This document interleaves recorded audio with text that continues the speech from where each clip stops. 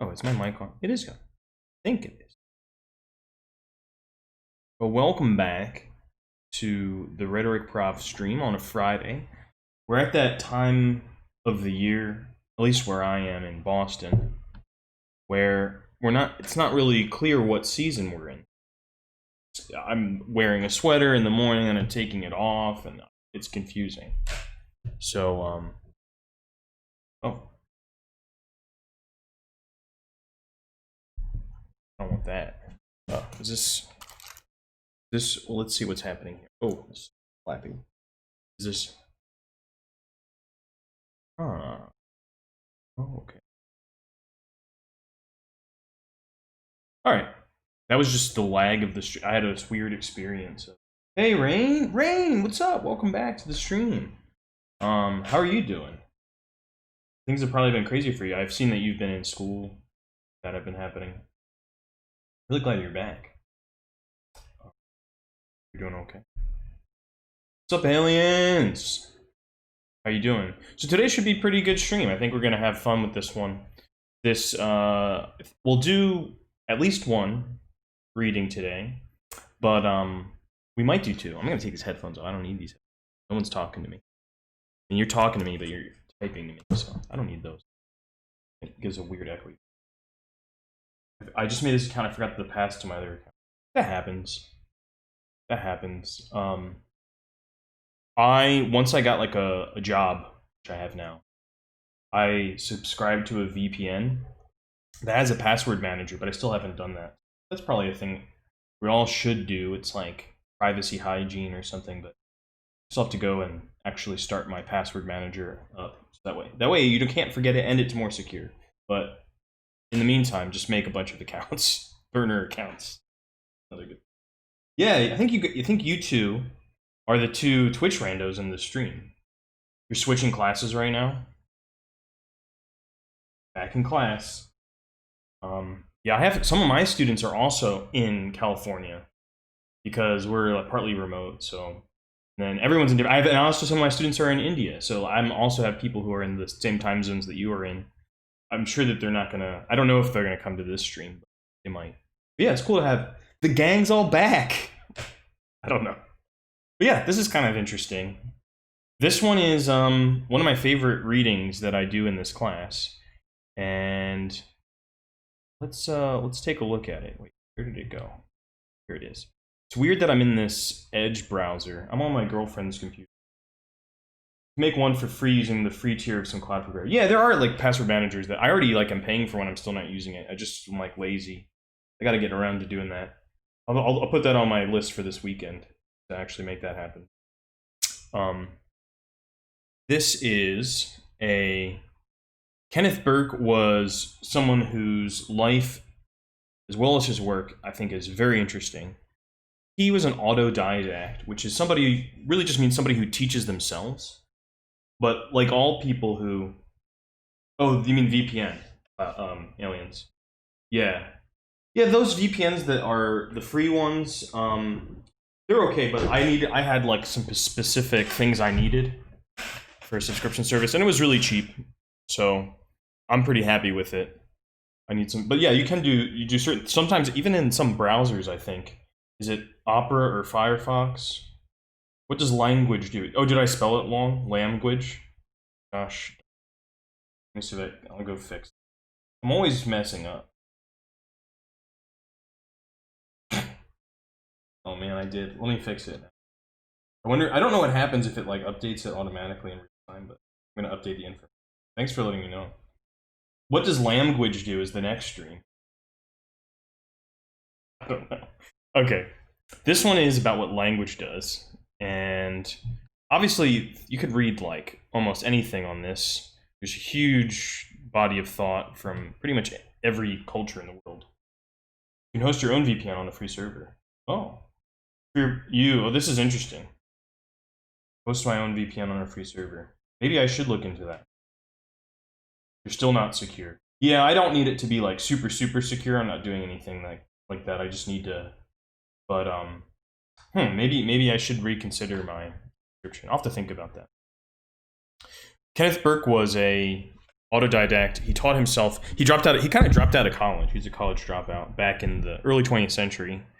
But not as many people were college educated. So he kind of dropped out of college and he said, Dad, give me the money you would have given me to finish my college education, which really wasn't that much. Again, things were different back then. And so he just went to the Lower East Side in New York and hung out and went to the library, learned a bunch of languages, read a lot of books, read so much stuff. I know somebody who knew him because he lived a long time too. And one time, so he's at some kind of conference, because he would go to these academic conferences, even though he wasn't really an academic. He did teach at Bennington University, which is a very strange university. Or Bennington College, it's not a university. It's a very kind of weird place where, I don't know, you can look into what you think Bennington College is. But he taught there. He might have taught at a few other schools, but he was kind of more of a, he was a writer, he was a public intellectual. He would go to these academic conferences, but he went once, and at the hotel room, so somebody like goes into his hotel room at this academic conference, and he's got, that he brought to the hotel, they said piles of books. I mean, and these conferences are like a week, or often far less than a week, like a weekend. And he like brought extra. I wasted a lot of money on college and learned nothing useful. That's really a shame. And I feel that too, because I feel like sometimes I'm part of that because I teach at a college, and I try really hard to make sure that it is useful. But I think that there are these competing. My teacher is switching to Google Meet instead of Zoom. Oh man, it's got to be really frustrating right now for students who are doing stuff remote, because all of these different teachers are trying different things, and like every time we make a switch, you have to learn a new thing, and you don't have one class, you have like 5 classes. So I feel you, Rain. My students are probably frustrated with me. They're like, Discord, Twitch, what the hell is this? You made Alien says, but made it all back in a year and more thanks to whatever skills I learned remote. Yeah, I mean, in some sense, and Edward Said, who is a Palestinian intellectual, says this in one of his books. He's like, we really are we all have to be autodidacts now. The world is too complex, and universities have failed to offer general education. So really, what we should really be preparing, even those of us who are in universities, have to help people learn how to teach themselves, become autodidacts. You have 7 classes, that's insane. That's insane. You got to be careful there. Rain, are you in high school or are you in college? I don't know. That's the reason I'm kind of hesitant to do a master's degree abroad, because they're extremely expensive and I'm too dumb to get a scholarship. I don't know if you're too dumb. I just think that the scholarships are extremely competitive. And what they're looking for is always kind of opaque and hard to know. So yeah, I hear you. I was in class and I went off mute and I was getting a Discord call and it was so loud for everyone. Yeah. There's lots of interruptions. I had a faculty meeting the other day, and this is what some of my colleagues were talking about, like how to deal with student interruptions and things like that. And I'm like, for me, it doesn't really matter. Interruptions are part of life, and I think if anything, it kind of simulates a more normal environment. I don't know. We create these really highly artificial environments where you're like, I'm the teacher, everyone else on mute, listen to me. But what workplace or what social setting will this ever happen? You know, it's very, very rare. You're in high school? Oh wow. Oh wow. Yeah, no wonder you have 7 classes then. But good luck. Good luck with your 7 classes. That sounds crazy. I remember when I had that many classes, and it seemed like normal, and then when I was done with high school, it's like, holy crap. They were asking us to do quite a lot. Except that my high school wasn't so great, so a lot of it was just like, if you weren't like getting beat up or beating someone up, you could kind of skate by. It wasn't that big of a deal. So, wasn't good either. The expectations were pretty low. The main thing about universities is making the right connections and creating the right environment to learn. I think you're totally right, Aliens, and I think it's, yeah, like these. That's what I'm trying to do, partly on this stream and partly elsewhere, is like reconsider what a class is, and like who is in it, and like what services are provided, and what are we really learning. And I think that when I was reflecting on what the places and the ways that I actually learned the most in college, sometimes it was in a class. The classes introduced me to interesting books or interesting people or things like that, but I really can't really remember anything that I did in a class. I wrote some papers that were terrible. So I wonder if maybe if we really did care about like what we were doing, maybe we have to kind of think outside of this idea of like assignments and classes. Still have to do some of that. How can we make them better? I don't know. I'm thinking about all these things. The degree is just treated like a gate pass for applying to jobs and stuff. It really is, and I think that even that kind of model is going away a little bit because some of the better jobs, these tech industry jobs, you're in the tech industry, aliens, I think I recall, that where they're saying, oh no, just kind of come and pass this test. We're going to give you like a test, and if you can pass it, you're good. And so you can be an autodidact. And I think there's like even a little bit of romance around the idea of someone who doesn't have a college education, but can still make it big and make a lot of money and do something innovative, something that's disruptive, this kind of thing. So I wonder what the universities are going to offer. Right now, they're kind of in a scramble to offer entertainment. So they have they're investing a lot in sports. They're investing a lot in real estate.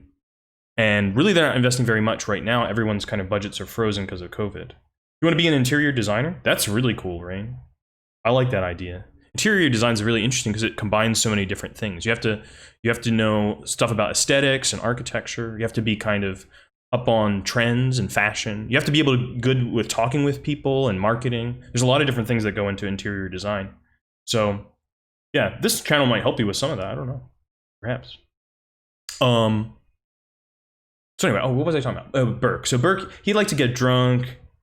He would like to listen to music. He was trying to like make it by, and but as he was reading, he was trying to educate himself. He discovered rhetoric, and he was like, rhetoric is kind of the thing that unites all of this stuff. So when he just spent a long time in the library and just tried to read as much as he could, he became totally obsessed with rhetoric, and then made everything else, literature, history, science. He thought about all of these things in terms of rhetoric. So he's a big example for me of how using rhetoric doesn't kind of limit you to one thing, but it can be that kind of autodidactive, generative place you can go. You should play Animal Crossing. This summer, with my girlfriend, we were watching a lot of Twitch streams of Animal Crossing, and she pretended she was hate watching these things. She was like, oh, I hate that stupid game. And I would kind of like see her at night. She's like still watching. It's like, oh, you really hate this, huh? But for whatever reason, she got over it. But I am a little familiar with Animal Crossing. And yeah, Animal Crossing is kind of an interesting thing. You have to kind of invite people to you have to design your place. You have to do things in order to do that. And like what ends up being good or bad is kind of determined by the community. Like what's a cool island in Animal Crossing is determined partly by the game and what's possible in the game. But people were coming up with using the procedures of the game to design what they want. Similar to Minecraft, a lot of these sandbox types games. It's a bit too straightforward in the tech industry. Almost everyone has to be autodidactic to go a little beyond the competition. Exactly. But I don't, and that I think is going to become more the case with under other industries. I think this is something where tech, because everything gets obsolesced so quickly, because that basis of knowledge is so huge that you need to have, but you having it, you can't like rest on your laurels. You have to always constantly keep moving. I think that's going to be more what other industries look like. Even industry might be the wrong term, because I think a lot of people's employment is going to be more, people will call it flexible, but also more precarious. People are going to have to know how to do a bunch of different things. Oh no, that's sad. I feel bad for your teacher getting kicked from his own meeting. Okay, terministic screens. So just a little bit about the terministic screens and what he's talking about here. So what is terministic? Well, you hear the word term in there. Terms, words. Terms are words, right? But term also has, if you go to a terminal, what's a terminal? It's the last stop on a line. So terms are kind of weird in that they have this idea of being things that refer you to something else, but they're also the end of something. And so he plays a little bit on that idea, but more on this other idea that he brings in of screens. So rather than thinking of words as names, which has been a long tradition, not a very good one, to be honest. I don't think words are really helpful to think about words as names, because then you're like, well, how does a name work? And then you get into all of this business. Sometimes people think of words as conventions that refer to really discrete, real things in the world. But then you have to think about fiction. Oh, how does fiction work? That would be weird if it had to refer to something real. That would make fiction really weird. So Burke's going to introduce another idea of terms as something that you see through. And this is his idea of screens. Now, we also are on screens right now. We're looking at screens. He wasn't thinking of computer screens, obviously. He didn't have that idea. But you might think about, well, could the metaphor still work if we thought about it as computer screens? I think it can, but we'll get into it. I always learn the etymology of words. I never thought about on your stream. Yeah, I'm totally obsessed. You're not the only one. You're like, you really into it. Let me show you really quick the site that I go to if you're interested, aliens. And it's really interesting because speaking of autodidacts, the guy that made this website, I've emailed him. It's a really nice website. It gets a lot of traffic, and he built this himself at timonline.com. And I have never found a word in here that he hasn't put up. So he's curated all of these entries across years. It's just like a hobby project of his own. It's a really, really cool. So if we put in, well, let's say if we put in a screen, let's see what it gives us for screen. Mid 14th century, that beginning. So this is how to read an etymology, a little bit of something at the beginning. How to read an etymology. Screen, N dot, that means noun. If it said V dot would be verb. So that tells you the part of speech it is. And something that's important because the screen can also be a verb. I got to screen a call. So this is screen for the noun. Yeah, I can throw that link into the chat. Yeah, for sure. Let me just type it in. At timonline.com. This guy made this thing himself. And people are like, no one will ever work without remuneration. We can only get good things if people are like highly paid. And then you look at all this stuff that all this free software, all of these websites that people have made, almost all of Wikipedia. Yeah, I can put it on the Discord. I can put it on the Discord for sure. Or you can, whoever. Yeah, it's really awesome. So when you read it, mid 14th century, that's the first time it is attested in print. So we have some document that comes from the 14th century where we can read it. And this is what it starts out as: an upright piece of furniture providing protection from heat of a fire. Weird. So it's like some kind of piece of furniture that probably no one has anymore. But you might have, if you've ever been in like a fancy place that has a nice fireplace, those screens around the fire, well, that's what they're thinking of, right? So it's probably from a shortened Anglo-French, ? We're not sure if it's Anglo-French, but it might be. Compare Anglo-Latin screna. So what's Anglo-Latin? Well, it's like the Latin that people who spoke English developed in the Middle Ages, something like that. Variant of Old North French escren, Old French escron, fire screen, and it goes on and on like this. And then it tells you when it gets these other meanings, meaning net wire frame used in windows and doors is recorded from 1859. Meaning flat vertical surface for the reception of projected images, which is closer to what Burke means. Oui, oui. Yes, Rain, exactly. It's from 1810. Speaking of we, there's also an interesting thing there because French wasn't really a language until pretty recently. You had Languedoc, the language where people said yes by saying oc in Occitan, that's where it came from, and Languedoc, I can't really pronounce it right. So all the different variations of French were the language and what form of yes they used. And then we became the dominant one. And now all French people learn we. But this comes like, after the Revolution and Napoleon, the French language. This is often the case. The language becomes, especially the French language, even today, is a kind of state property that the l'Académie Française kind of controls and tries to fix in some way. But lots of languages, when they're not kind of controlled, move and change a lot more. Like a week ago when I asked the... Oh yeah, thanks Alan for an example of that kind of screen. We go when I asked the chicken nugget question, I was with my friends at school, like actually in school for a pickup. You're like a amazing multitasker, Rain. You're doing it. I would not be able to do all of this stuff. So we get screensaver in 1990, which isn't too surprising, I guess. But we get this idea of the computer screen, obviously, from the cinema screen, and all these things go back. It's interesting to think about how all those meanings kind of layer on top of each other. It teaches you something about language, just to spend a little time with etymology, I think. So I think for Burke here, screens are something that might project something on, but also something you can see through. He'll explain it in a second with his thing. So here we go. 1, directing the attention. This is chapter 3. Chapter 3 in a collection called Language as Symbolic Action, which is also a little bit of a tip for where we're going here. We might begin by stressing the distinction between a scientistic and a dramatistic approach to the nature of language. A scientistic approach begins with questions of naming or definition. What is the thing? Or the power of language to define and describe may be viewed as derivative.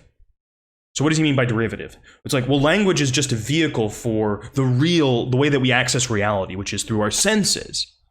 Or it's through taking measurements, and that language is only a kind of pale image of how we really know reality, and it's about knowledge and things like that. Lol, someone just recommended Discord for Zoom meetings, but they keep getting kicked. Someone's like popping their head up from the water like, Discord! And then they get dropped. Yeah. Discord is a lot better, but I don't know. It depends I have a friend that does podcasts, and he tries to do it on Discord, and he's like, no, Skype is better for him. So different strokes for different folks. So anyway, that's the idea of the scientific approach to language, right? It's about something that's discrete, real, definite. We name it, we define it, that kind of a thing. And its essential function may be treated as attitudinal or hortatory. What does hortatory means? I'm trying to tell you to do something. So the commandments, have no other gods before me, that's hortatory. Or go pick up the trash, that's hortatory kind of address. It could be nicer. Please go pick up the trash. Still basically hortatory, okay? Attitudinal, as with expressions of complaint, fear, gratitude, and such. So what are you referring to? Or what if language is naming or definition, what are you doing when you're complaining? Are you naming your emotion? Maybe.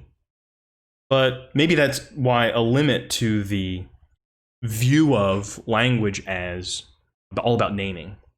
Hortatory is with commands or requests, or in general, an instrument developed through its use in the social process of cooperation and competition. So language develops out of social processes that are already going on. What's my favorite show? You mean like TV show? If you mean TV show, I have like different favorites for different things. I would really recommend, of like the prestige TV shows, Deadwood, which is an amazing show. A lot of cursing. Can be pretty violent, can be pretty dark, but a really, really good show. But I have other shows that I like for other reasons, but I guess that would be my answer for what's my favorite show, for TV show. But what's your favorite show? Sometimes someone once asked me, like, what do you think like the best TV show was? And I said Star Trek. Not because it's like there's a lot of problems with Star Trek. It's in many ways an inferior show to many other shows. But I think it really changed people's imaginations, in America at least. I think that might be a different way to evaluate art. Like, not necessarily it's the best version of its art, but like what effect did it have? So there's lots of ways you could evaluate it. So I say developed. I do not say originating. The ultimate origins of language seem to me very mysterious, as mysterious as the origins of the universe itself. One must view it, I feel, simply as the given. So we're not going to try to figure out where language comes from. It's just here already in some ways. I don't totally agree with Burke. I think it is interesting to think about the origins of language. And maybe I'll do a stream on that one day about kind of the history of people thinking about the origins of language. But that would take a lot more preparation than this one. So I'll leave that for another time. But once an animal comes into being that does happen to have this particular aptitude, meaning speaking, and so far I only know of one animal. It's the human animal. But maybe there's others. I don't know. Once an animal comes into being that does seem to have this particular aptitude, the various tribal idioms are unquestionably developed by their use as instruments in the tribe's way of living. The practical role of symbolism in what the anthropologist Malinowski called the context of situation. So we're doing things together. And the fact that we're doing things together, we're hunting, we're making fires, we're raising children, we're picking berries, whatever it may be. Those practical cooperative activities are the basis for the development of language. Cooperation and competition, but stuff between people, the kind of stuff that's between people. That's at the origin of language, not objects floating out in the void of consciousness. That's the philosophical approach to language. And some philosophers have recognized this, and they've changed it to be more anthropological or more rhetorical, the view of language. But I think a long time, they're like, language begins when I'm floating by myself as a mind in the world, and I see something. Or Adam, sometimes it's Adam, he points to an animal and says, zebra. And then everyone learns, things like this are clearly fantastical. No, it really begins with cooperation between people. Speaking of cooperation, Rain's having some difficulty with this on the technical side because you're going to Discord. Cool. Well, that means you have a head up. That I should probably post the link for the Discord in the chat now. But if you're watching this and you're not already in the Discord, you probably are. But if you're not, stay tuned for the time when I find the Discord link, and I'll post it in there. Okay. Such considerations are involved in what I mean by the dramatistic, stressing language as an aspect of action, that is, as symbolic action. So it's weird because sometimes, again, I think I've said this on a previous stream, people say, oh, a little less conversation, a little more action. But Burke is saying speech is a form of action, it's a form of symbolic action, and it's rooted in cooperative action. You don't get speech out of a baby. You get speech out of a community of people who are working together. Okay. And that's the dramatistic approach, as opposed to the scientistic approach. The two approaches, the scientistic and the dramatistic, language as definition and language as act, and you can see why it's dramatic, right? Because it's about action.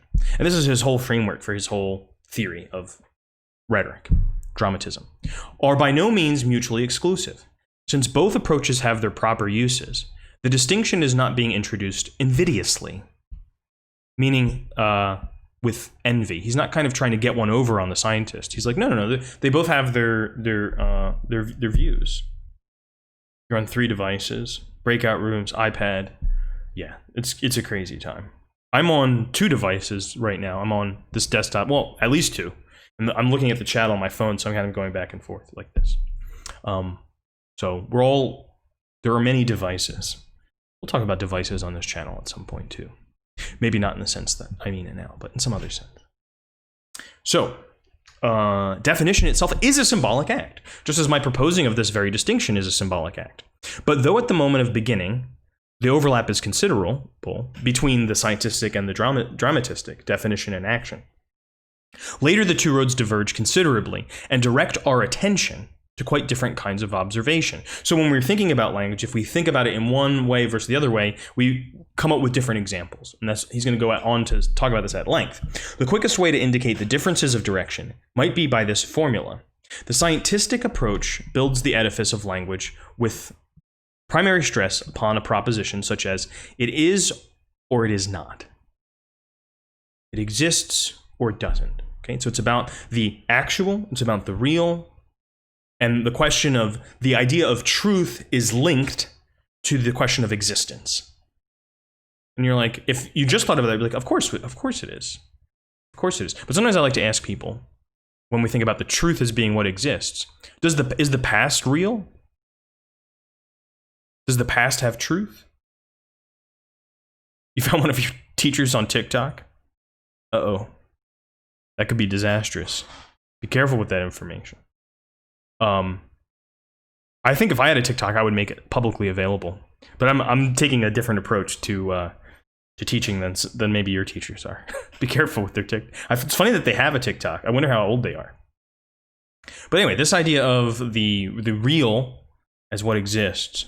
I think the past is real. I don't think the past exists anymore, though. It's gone. Is the future real? I'm really not sure about that, but it definitely doesn't exist, right? So even with that, the question of what is or what is not becomes complicated a little bit more. So, okay, let's keep going. The dramatistic approach puts the primary stress upon such hortatory expressions as thou shalt or thou shalt not. So it's a very different idea. What should this character in this play do? Did they do something good or bad? Well, that's a different kind of question. It doesn't really matter if they exist or not. We could still ask the question. And at the other extreme, the distinction between then becomes quite obvious. Whoops. Oh, it won't let me do that. Okay. All right. I see how it is. Go over. And it's cut off, but I'll be able to figure it out. It becomes quite obvious. Since the scientific approach culminates in a kind of speculation we associate with symbolic logic. So what's symbolic logic? Aliens probably knows this. A lot of people who have studied logic in college probably know this. But symbolic logic, beginning with Boole, probably in the 19th century, this guy named Boole. If you do Boolean searches in Google, you're kind of using some of this symbolic logic. Symbolic logic is the attempt to formalize logical operations. And there's been a huge, since that time, a huge growth of in logic around this. But it was a big change from what logic used to be. Logic used to be based in natural language. So now it's not based on natural language, it's based on these kind of special symbols. If you do computer science or you're a philosopher, you'll interact with these kind of symbols.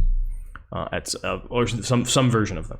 While the dramatistic culminates in the kind of speculation that find their handiest material in stories, plays, poems, the rhetoric of oratory, and advertising, mythologies, theologies, and philosophies after the classic model. So if you take one approach versus the other approach, you get two different archives of what you think is kind of appropriate. So if you take the scientistic approach, it all kind of narrows in on the exemplum of logic. If you take the dramatistic approach, it becomes this big, messy English garden of all these different things. The dramatistic view of language in terms of symbolic action exercised about the necessarily suasive nature of even the most unemotional scientific nomenclatures. We shall proceed along those lines thus. So what do you mean by this already? Let's say that even when something's isn't obviously persuasive, he's saying that the dramatistic attitude looks and says, oh, it actually does kind of persuade us in a certain direction. The way that something is named kind of suggests a way of acting. Okay, so, and this is where he gets to the three key ideas of this essay. Even if any given terminology is a reflection of reality, by its very nature as a terminology, it must also be a selection of reality. It's not everything, right? And to this extent, it must also function as a deflection of reality. And that relationship, rather than thinking about like term, reference, truth, he says it reflects some part of reality, but it leaves something out by selecting something and deflecting away from something else. And that simple relationship means there's always an attitude involved in language.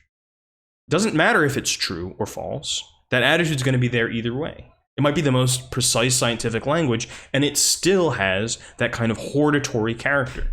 It suggests something as a terminology.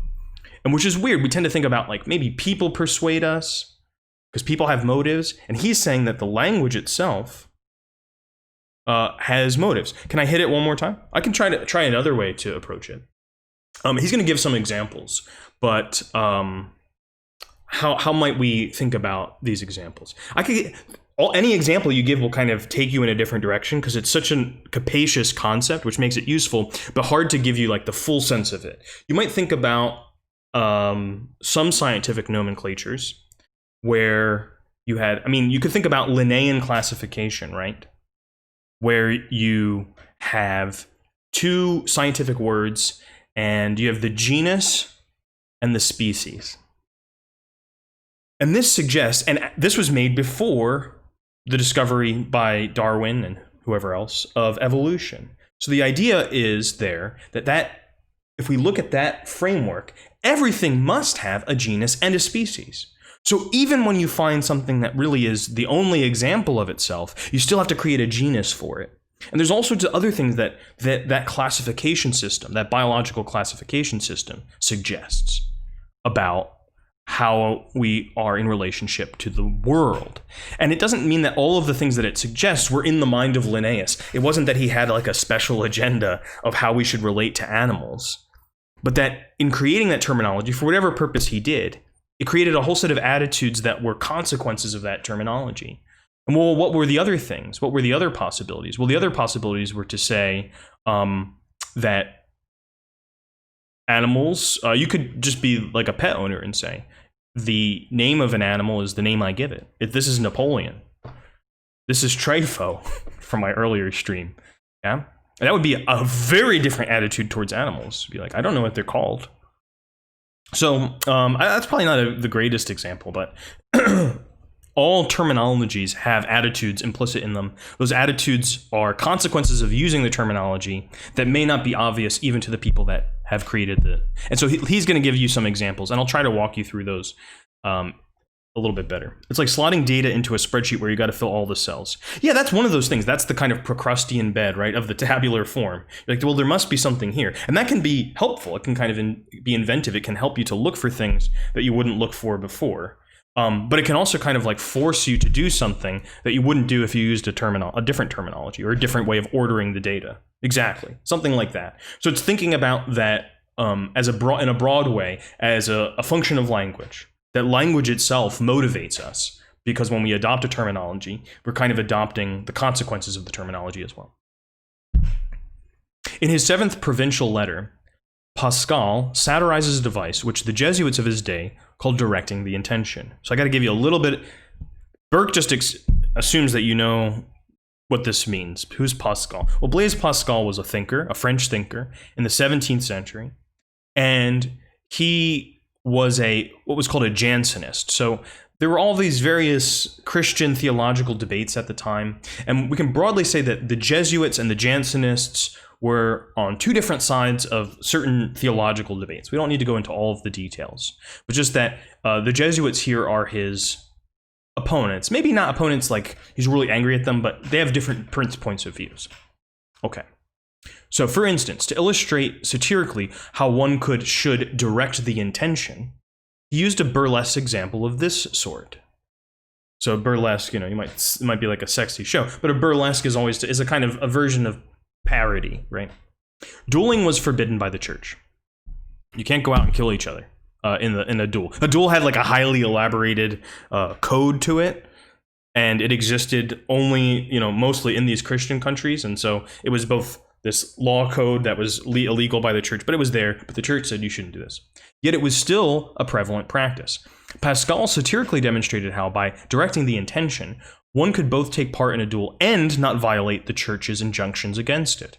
So how is this possible? This is called casuistry, when the Jesuits did it. Thus, instead of intentionally going to take part in a duel, the duelist would merely go for a walk to the place where the duel was to be held. Then they would carry guns, merely as a precautionary measure of self-protection, in case they happened to meet an armed enemy.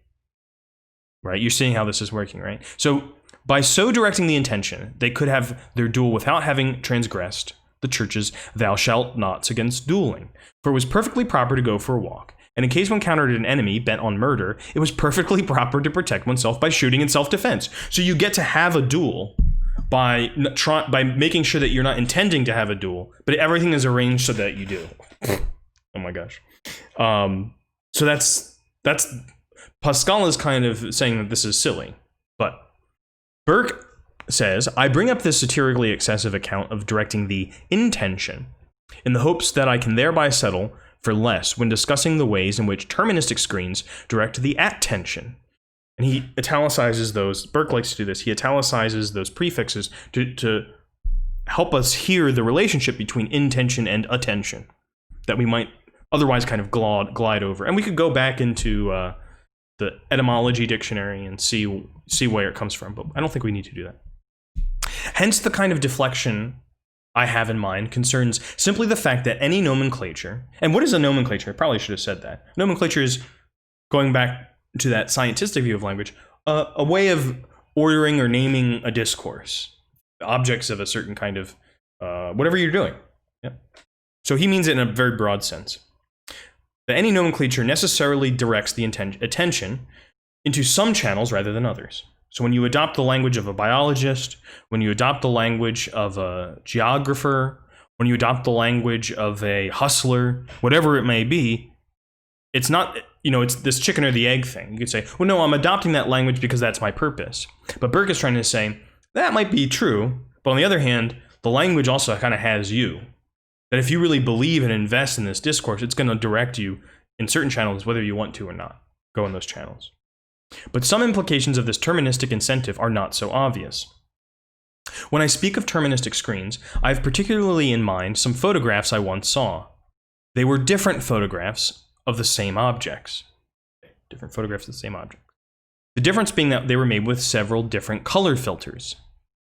Here, something so factual as a photograph revealed notable distinctions in texture and even in form, depending upon which color filter was used for the documentary description of the event being recorded. I don't know if you've ever seen anything like this. I have, and you can kind of recreate the effect pretty easily today. But you do kind of see things differently, even just with a simple change of the filter, right? So the idea that the photograph kind of captures what's really there, he's saying, well, does it? Because there's a lens, there's a screen, there's a selection through a filter. And he's going to compare that to terminology. Similarly, a man has a dream. He reports his dream to a Freudian analyst or a Jungian or an Adlerian, or to a practitioner of some other Go back over here now. Some other school. In each case, we might say the same dream will be subjected to a different color filter, with corresponding differences in the nature of the event as perceived, recorded, and interpreted. Now, this might be a weird example because I think most people today, maybe they're familiar with Freud, but maybe Jung, but Adler probably not. But Freud and Jung and Adler were all associates at one time, and Jung and Adler broke off from Freud for different reasons. Jung basically because he's like, I think there's too much. You're saying that everything comes from sexual problems. I don't think it does. I think it comes from these deep archetypes. And Adler had this idea about masculinity and saying a lot of the problems come from the masculinity saying no or whatever. And Freud was like, what? That's stupid. So they developed different kind of theories out of those differences. And that he's saying that if you interpreted a dream, the dream interpretation would depend on the discourse, the terminology that was adopted by your particular analyst. Which makes perfect sense to me. I believe that.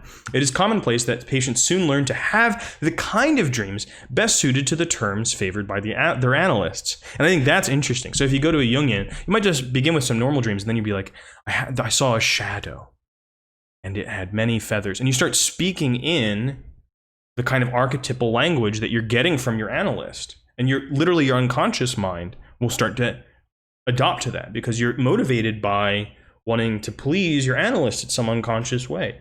That's kind of what he's saying there. Okay, number 2. Observations implicit in terms. This is another time for a good little etymology. What does implicit mean? What does explicit mean? Plico, it comes from the Latin for fold.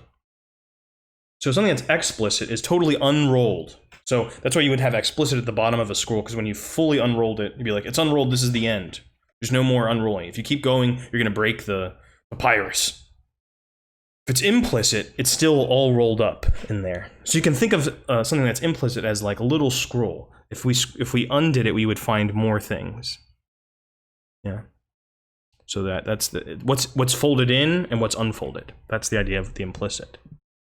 We have now moved things one step further along. Not only does the nature of our terms affect the nature of our observations, in the sense that the terms direct the attention to one field rather than to another. Also, many of the observations are but implications of the particular terminology, in terms of which the observations are made. So he's saying that you adopt a certain terminology. Oh, yeah, I begin to see that. He's like, you would begin to see it no matter what, because it really just follows from the terms that you've adopted. And he's going to show you how that works with some examples. In brief, much that we take as observations about reality may be but the spinning out of possibilities implicit in our particular choice of terms. So the kind of reality you get depends on the kinds of terms that you adopt to describe it. That's an interesting theory. I wonder what people would say today. I think a lot of people like to say, well, science is not like that because science uses mathematics, which is neutral. But you have to wonder whether, even with mathematics, you kind of would see things differently based on which mathematical tools you use to describe some physical reality. Should we use quaternions? Should we use non-Euclidean geometry? Should we forget about it as a geometric thing at all and try to describe it statistically? You get in the history of science, this is very evident that different mathematical tools are adopted and they give different results and different descriptions of the reality that's being described on that basis. This is really deeply in the history of science always happening. But even so, I think it's not all math, is it? It's not all math, even for science. So what are the objects of science? How are they understood? How are they approached? That involves the empirical. It involves the way that tools are created, the instruments that are created. All of this affects how we understand the form of reality that we get as a consequence, both of the genuine and real discoveries that come from that, but they are also always made possible by the adoption of a particular terminology. And Burke wants to say, there's no one terminology that gives you everything. I don't think he's going to say it doesn't matter what terminology you choose. I think some people kind of take this in a too relativistic way. They say, oh, well, then you can just say whatever you want. It doesn't work that way. Because not every terminology comes with all sorts of attitudes, and they have real consequences for adopting them. So you can't just try. You can try something on, for practice, but the terminologies really matter for people. If you want to operate like a theologian with a terminology that includes God as its key term, You can already see this is a weird approach. He's like, most people who don't say like, I want to operate with the terminology that includes God. They're like, I believe in God. But he's giving you this false sense of distance to try to show you how this would work if you almost approached, as a dramatist, language as a scientific thing, right? The only sure way to do so is to put them in the term, and that's that. So okay, we're going to put God in some discourse. The Bible solves the problem by putting God into the first sentence. It's right there. And from this initial move, many implications necessarily follow, quote unquote necessarily. A naturalistic Darwinian terminology flatly omits the term with a corresponding set of implications, and that's that. So partly what he's trying to say is, you can think about this as a difference between is there a God or isn't there a God. He's like, but you really already arrive at this belief by adopting the terminology. You adopt the Darwinian point of view. I mean, you could still have a God, but you'd have to kind of like massage it back in. So this is kind of what's happening, he's saying. So people get the beliefs that come from the terminology that they use. I have called metaphysics coy theology because the metaphysician often introduces the term God not outright, as with the Bible, but by beginning with a term that ambiguously contains such implications. So maybe Aristotle or something like that says, what is being? Well, being is something that's everywhere. Being is something that all things have. Being is something that transcends us. And you start to get something that looks a lot like God, maybe. I don't know. Maybe not. But by beginning with a term, okay, yeah, I already did that. If the term is not introduced thus ambiguously, it can be introduced only by fiat. We kind of command it to be in there, either outright at the beginning, like the Bible, or as a non sequitur, a break in the argument somewhere along the way. In Platonic dialogues, myth sometimes serves this purpose of a leap en route, a step prepared for by the fact that in the Platonic dialectic, the methodic progress towards higher levels of generalization was in itself thought of as a progress towards the divine. So if you haven't read the Platonic dialogues, you're like, okay, what is he talking about here? A lot of these dialogues go in the same way. He says, oh, you think you're wise? Oh, you think you're courageous? He's like, well, define, and this is where we get the scientific approach to language. In this case, it would be the philosophic approach to language. Define courage. And someone says, well, I think Pericles is courageous. And he says, no, that's an example of courage. Define it. And so what Burke is saying is that by making that move of saying examples are not allowed, I want the general, that kind of higher and more abstract thing always ends up going towards the divine anyway. And that's kind of why Platonism in the history of Platonism, gets really into the divine and gets adopted by, especially by Christianity. But also there are Platonists in Judaism and in Islam. Alan says, feels like a bunch of Lego projects that are collections of words with meanings. Some projects have the same words with the same meanings, some have the same words with different meanings, and some don't have the same words.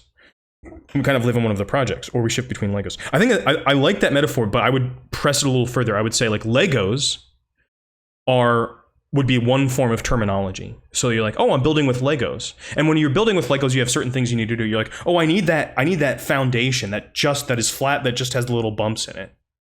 Because that's how you begin like a house with Legos. Yeah. Or I need to find bricks that match. But if I was then going to build something out of connects, I would have a different set of problems. And then if I was going to build something out of brick and mortar, I'd be like, those people who are doing Legos and connects, they're not really building. And I'd be like, that's totally not even building, right? So I think those terminologies are more like the materials, the differences between the materials. But there are also, of course, differences between how people use the same terminologies. I think that's something that Burke likes, because Burke might be like, Burke is going to do weird stuff. He's like, let's build an entire real house out of Legos. Or he's like, let's try to use bricks to do something we would do with Legos. He wants to kind of like play around with the expectations of those terminologies. And the way you're going to do that basically is saying, if you get more flexible, if you can recognize the assumptions in your terminology, that actually means that you've actually gained freedom. You can do more, because you're not going to ever be able to operate outside of a terminology, but you can move between them or kind of change it in a little bit of a way. Maybe instead of making a Lego house, you make a Lego mask. How would you make a Lego mask? And then you still are kind of like, yeah, mushing language is my favorite, right?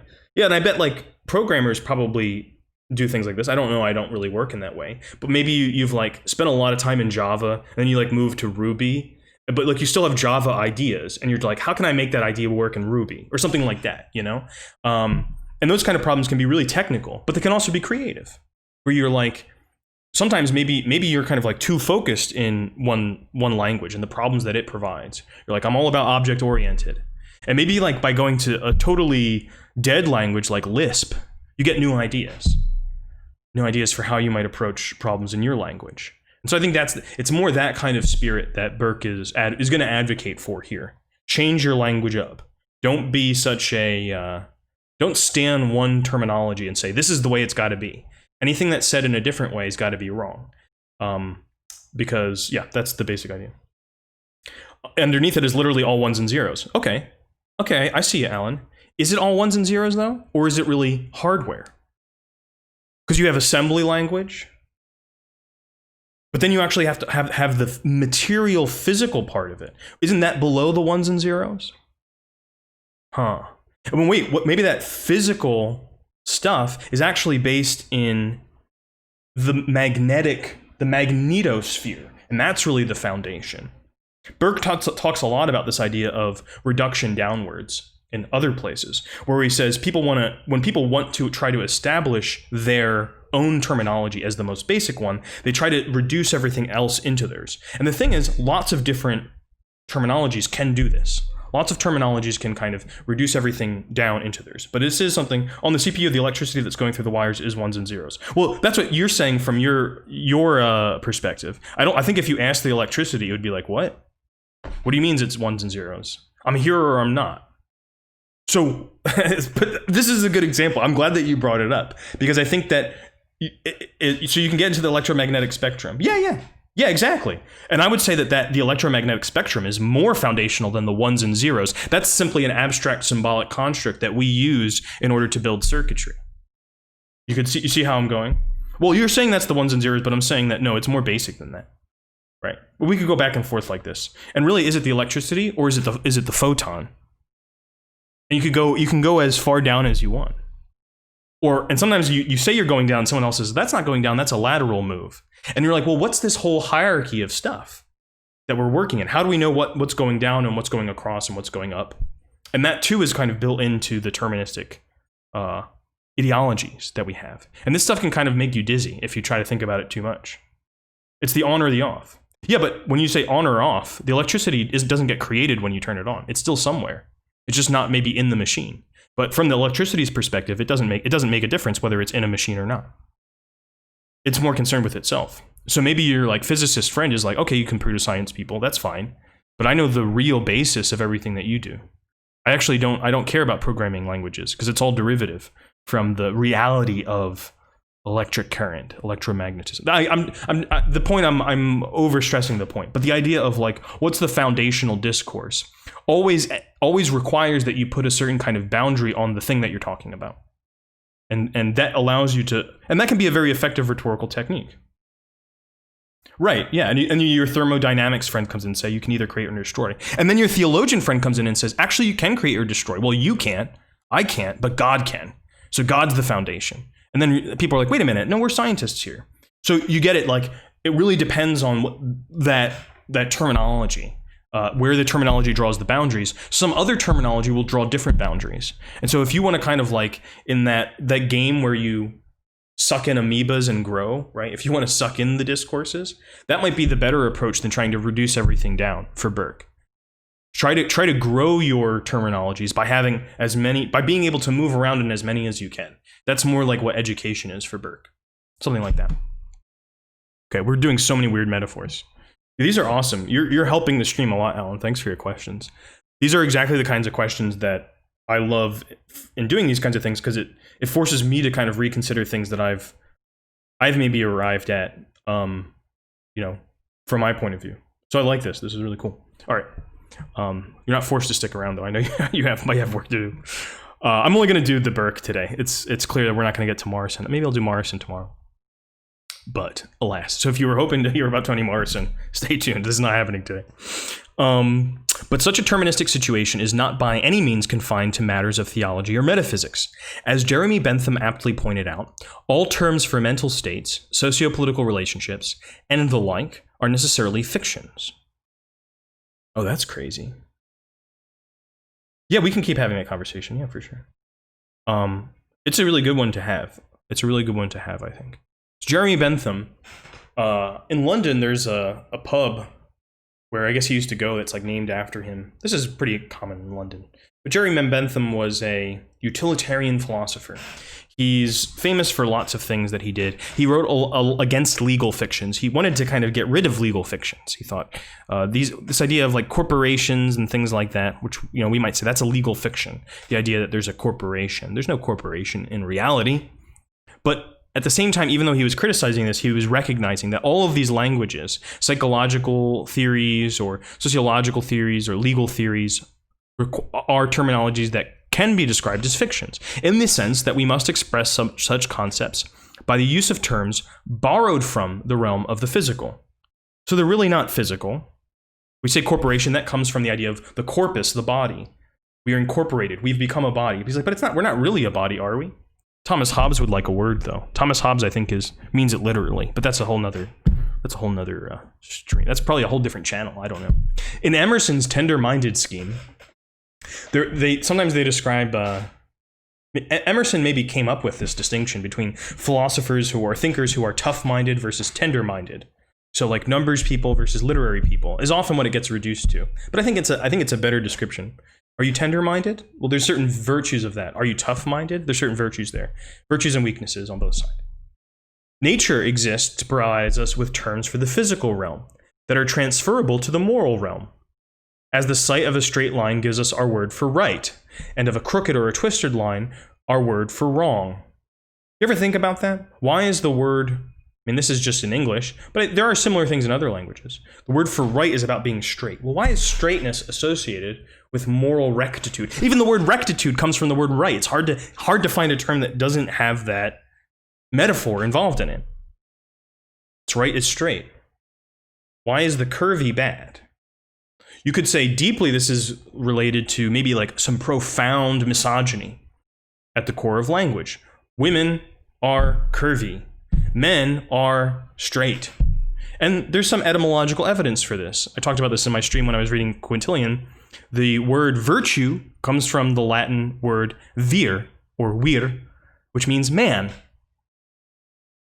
Yeah, and then we have the question of like being straight or gay, right? Well, I don't think, obviously, it's not, hopefully it would be obvious. It's not my opinion that being straight sexually is good, and being gay is bad or something like that. But I do think that that's kind of what it originated in, right? Straight is good.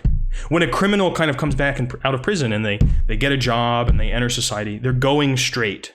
They're stopping their life of crime. So there's all of these weird metaphors. And George Lakoff, and there are cognitive psychologists who believe that this is an evolutionary idea, that we have basic metaphors in our mind for thinking about really basic ideas. So, but again, Burke was like, I don't care where it comes from. This is just what it is. It is what it is. Or it is what it isn't. I don't know. For spirit, from a word for breath. Spiritus means breath in Latin. And you see that in many, many, many cultures and many languages where the spiritual things are associated with breathing. Why is that? Why not pooping? Well, that might be obvious. You might say, okay, obviously it's not pooping. Well, why would the spiritual not be associated with heartbeat or with walking? I mean, and it might be in a different way, but like the idea that the spirit is the breath, Interesting. Or as superciliousness means literally a raising of the eyebrow. Cilia means hairs. So supercilious, if you ever forget that word means, just remember the etymology. Raising your eyebrow. Is it raising both eyebrows or one? I think it's more like raising one eyebrow. It's not being surprised, it's being a little bit, oh really? But Bentham would state the same relationship tough-mindedly by noting that our words for right, wrong, spirit, etc. are fictions. They're not real. Carried over from their strictly literal use in the realm of physical sensation. Bentham does not hope that such fictions can be avoided. He but asks that we recognize their nature as fictions. So he worked out a technique for helping disclose the imagery in such ideas and to discount accordingly. And he says, see C.K. Ogden's book, Bentham's Theory of Fictions. Burke has a weird way of citing other people. He'll sometimes he totally doesn't cite someone, and you're like, is he stealing an idea or is he alluding to something? But sometimes he'll make an allusion to a work that you no one would ever know today, but even in his own time, because he read so much. I don't think, because Burke was an autodidact, I don't think he knew what normal people knew. So he wasn't that familiar with what would be common knowledge and what wouldn't. But sometimes he'll just in parentheses say this. He didn't use MLA or Chicago. And I think that this is pretty good writing. So maybe if your writing teachers taught you what's really important in writing is knowing how to cite things. You could look at Burke and be like, no, this is good writing, and he doesn't really take a whole lot of bother with citing things in some format. He's just doing it whatever comes to mind while he's a little bit tipsy on vodka. But though the situation is by no means confined to the terminologies of theology and metaphysics, or even to such sciences as psychology, with terms for the outgoing versus the interning, for dispositions, tendencies, drives. He's saying these are all metaphors, right? For the workings of the it in the unconscious. What is the it in the unconscious? That's id. Id literally means it in Latin. And this is where they got it from in the English translation of Freud's German. In Freud's German, he doesn't use Latin terms. He calls it the Ich, which is the I, that's the ego. And he calls it the Es, which is the id. Yeah, and then the Über-Ich, which is the superego. But I think in the English translation, they're maybe we should make this sound it'll be harder for English language people to realize these are technical terms unless they have some weird Latin thing. But now the word ego is so familiar to us that people don't hear it as a technical term. There's so many psychoanalytic terms that have been adopted into common parlance, often in a quite different way than the way that Freud originally meant them. But the id of Allen, exactly. Holy crap. How did I not think of that? It's right there in front of me. Right under my nose. I have in mind the injunction, at once pious and methodological. Believe that you may understand. Crede ut intelligas. In its theological application, I think Augustine said that, but I'm not sure. In its theological application, this formula served to define the relationship between faith and reason.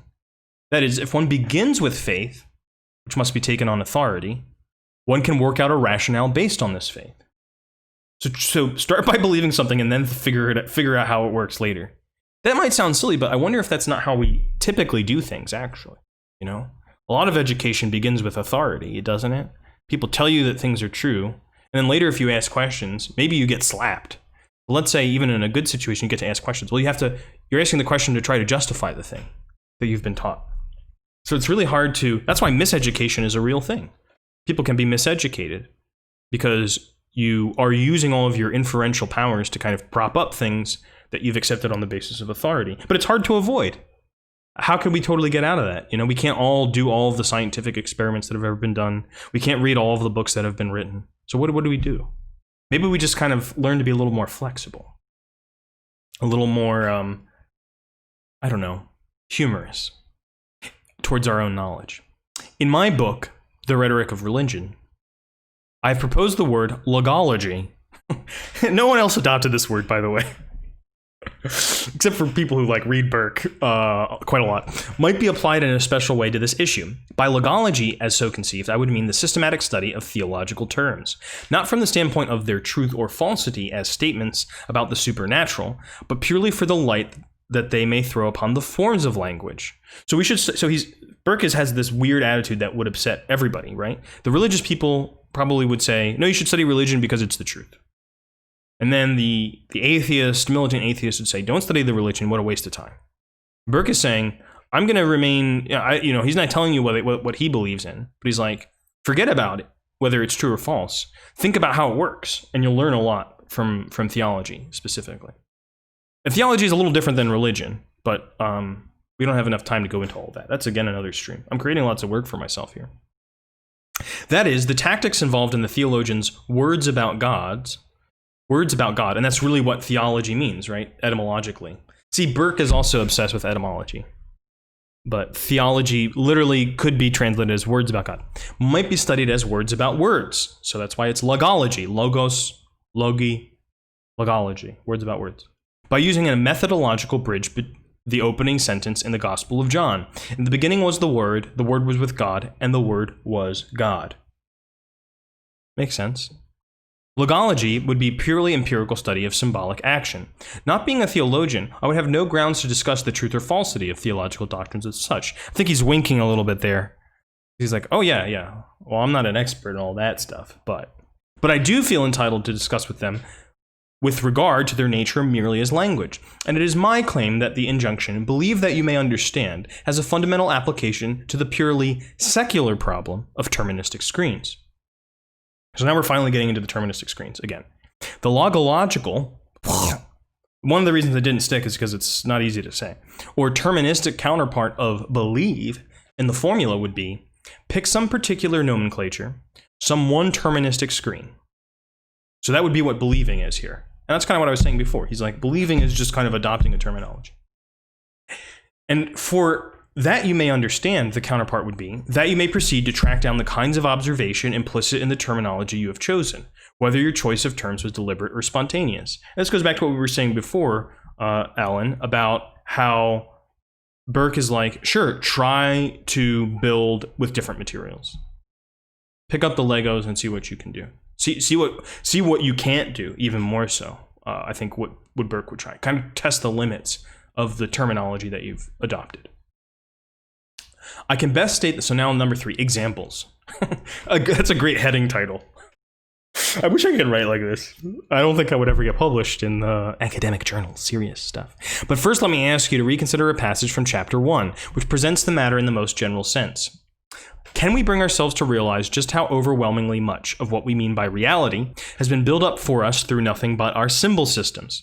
Take away our books, what little we know about history, biography, even so down to earth as the relative position of seas and continents. What is our reality for today, beyond the paper-thin line of our particular lives? But all this clutter of symbols about the past, combined with whatever things we know mainly through maps, magazines, newspapers, and the like about the present. Today it would be Twitter, or Facebook, or Reddit. In school, as they go from class to class, students turn from one idiom to another. You go from, this is what Rain was doing when she was in here. She was moving between biology and math and history, all this kind of stuff. The various courses in the curriculum are in effect but so many different terminologies. That was especially true for me because like our science classes, we never got our hands on any chemicals. It was just learning the symbolic aspect of chemistry. And however important to us is the tiny sliver of reality each of us has experienced firsthand, the whole overall picture is but a construct of our symbol systems. To meditate on this fact until one sees its full implications is much like peering over the edge of things into an ultimate abyss. And doubtless that's one reason why, though man is typically the symbol-using animal, he clings to a kind of naive verbal realism. This is a mask. This is a shirt. Ugh. That refuses to let him realize the full extent of the role played by symbolicity in his notions of reality. Yo, what's up, Steve? Welcome. Oh, you're using the Twitch emotes. Yeah, I love this essay. I love Burke, but I have to say that sometimes I go back to Burke and I read things again that he wrote. And I'm like, it was better the first time when I didn't understand it. But this one, every time I read it, it gets better for me. I really like this essay quite a lot. So we're not moving very quickly again, but I'm having a great time. I hope I like Burke without the sediment of the NCA crew. Oh yeah, I was kind of making fun of that earlier. I don't know if you've heard this story before, but I was mentioning how at one of these conferences, someone went to his hotel room, and it was just for the conference, so whatever, it's a weekend or something, and he was surrounded by books. Like he probably purchased like extra luggage to just several suitcases filled with books around him. He was reading all night long in the hotel room at the conference. Whereas our colleagues, what do? They go get sloshed. But I do that too, so I can't really say much about that, I guess. The book, Loneliness. Yes. Yeah, for sure. I hope this passage can serve at least somewhat to suggest how fantastically much of our reality could not exist for us were it not for our profound and inveterate involvement in symbol systems. You can't get out, folks. But is this a prison? The prison house of language, as someone once called it? Or is it more something you can't get out of because, like, if you like, oh man, I can't get out of oxygen, I can't get out of the air, wow, that's really limiting. But if you like actually were to be outside of it, it would be a terrifying experience where you would immediately, not only would you like want to be back in it, you wouldn't really have any other ability but the profound terror and desire to be back in the symbolic. So this might be the experience of a psychotic breakdown. A lot of people think about psychosis as psychotic delusions, but my theory, and it's not, you know, I'm not going to say that I'm fully convinced of this, I don't have the practical experience to know it fully, but my sense of psychotic breakdowns or psychotic delusions are, they're attempts for people to put back together. It's like they get sucked out of the symbolic realm. They need to put it back together. And so like they have to put everything back together. So it kind of all gets connected really fast in this way. And if you want to see an example of this, you can read Daniel Schraber's memoir of, I think in English they translated it as Memoirs of My Nervous Illness. And this is the book that Freud writes about when he talks about psychosis. So it's a terrifying experience of kind of losing symbolicity when everything is just like immediate and sensory and you have to get distance again. I think of it as someone who's trying to patch a room that is underwater, but everyone else's apartment is fine. Yeah.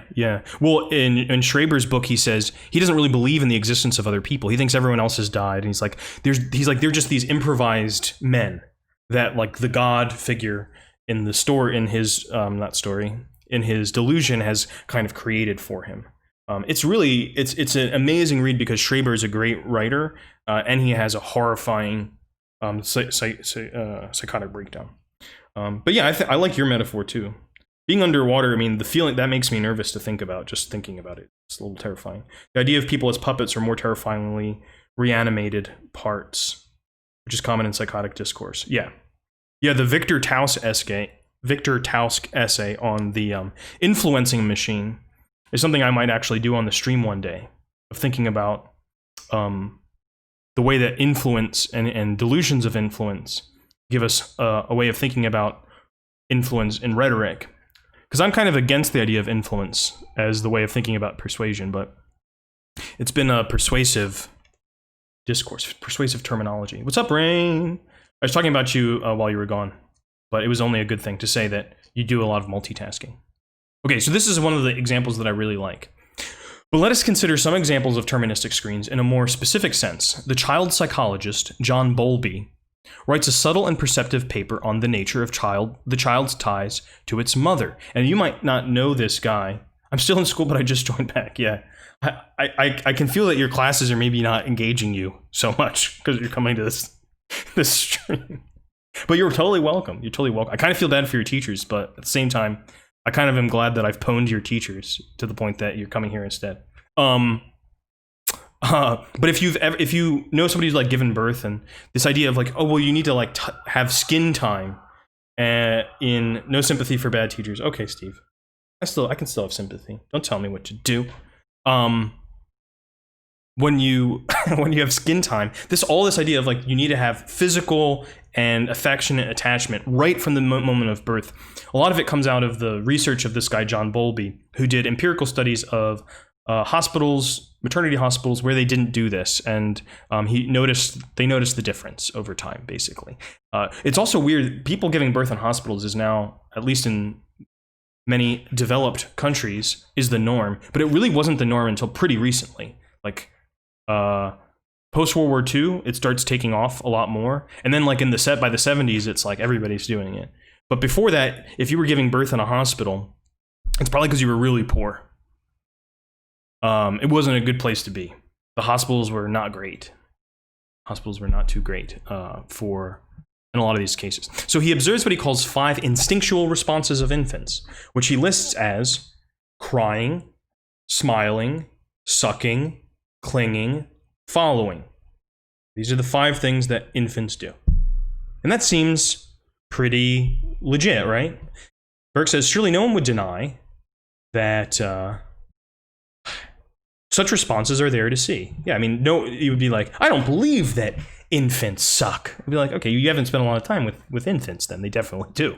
But at the same time, we might recall the observations of the behaviorist, John B. Watson. We might recall is a funny thing that sometimes people, including myself, say, when you know that your audience will not even be faintly familiar with this, but you kind of are lightly nudging them to look something up. Like, go check this out. Be like, recall this. By recall, I mean go look it up. So behaviorism, what can we say about it in brief? Behaviorism, they kind of thought about animals and humans from the point of view of the black box. It's more inputs and outputs. And we're not going to really theorize about what's happening in between psychologically. So it's a weird kind of psychology that kind of is anti-psychological, you could say. He too found things that were there to see. For instance, by careful scientific study, he discovered sure ways to make babies cry and fright or shriek with rage. Burke is always burning on the behaviorist. He's like, yeah, you've done a really good job of terrifying infants. because he's only looking at, anyway, that's a deep reference. But in contrast with Watson's terminology of observation regarding the nature of infantile reflexes, note that Bowlby adopted a much more social point of view. Because the behaviorist is just looking at the behavior of the infant. So following requires that other relationship. Was pooping in there? Alan, you're already ahead of it, right? The thing one reason why pooping might not be there is because that might not be an instinctual response. That might just be like a vital function. So it might be in a different category. But you're exactly on the right track of like that sense of completeness is what we should be kind of suspicious for, or not suspicious for, just not kind of accept too easily. And that's exactly what he's about to show, is that the sense of that completeness is itself persuasive, that we have all of the terms here. Oh, these are the 5 terms, but there might be more, there might be less, or they might look very different on the basis of where we begin. If we begin by thinking about the infant as an individual, we get a different set of terms than if we think about the individual, the baby, the infant who has just come out of their mother, as being part of something that involves the mother. So that's the big difference here. What kind of attitude do you take, and what terminology does that reflect, etc.? At the same time I read Bowlby's paper, I happened to be doing a monograph on verbal action in St. Augustine's Confessions. So this is, you can see Burke, he's like reading in one hand and he's writing a totally different thing. He might have had that thing where people have the corpus callosum sliced and they can do one thing with their left hand, one thing with their right hand. He was kind of manic in the way that he wrote. So he's doing all these things at once. I was struck by the fact that Augustine's term for the behavior of infants closely paralleled Bowlby's. 3 were definitely the same: crying, smiling, sucking. Okay, so there's some agreement. Although he doesn't mention clinging as a particularly notable item with regard to infancy, as the result of Bowlby's list, I noticed, as I might otherwise not have, that he frequently used corresponding Latin term in herere, which regarding his attachment to the Lord. So because now you should be a judge. Why a judge? I don't think that's in the cards for me, Rain. One, I don't have a law degree, so I don't think I could be a judge.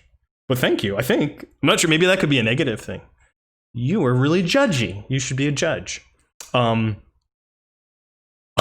me know why, though. I'm curious. So, but when you have those 2 sets of terminologies, now Burke is like, well, there are these 5. Can I find them in Augustine? And it leads him to look for new things.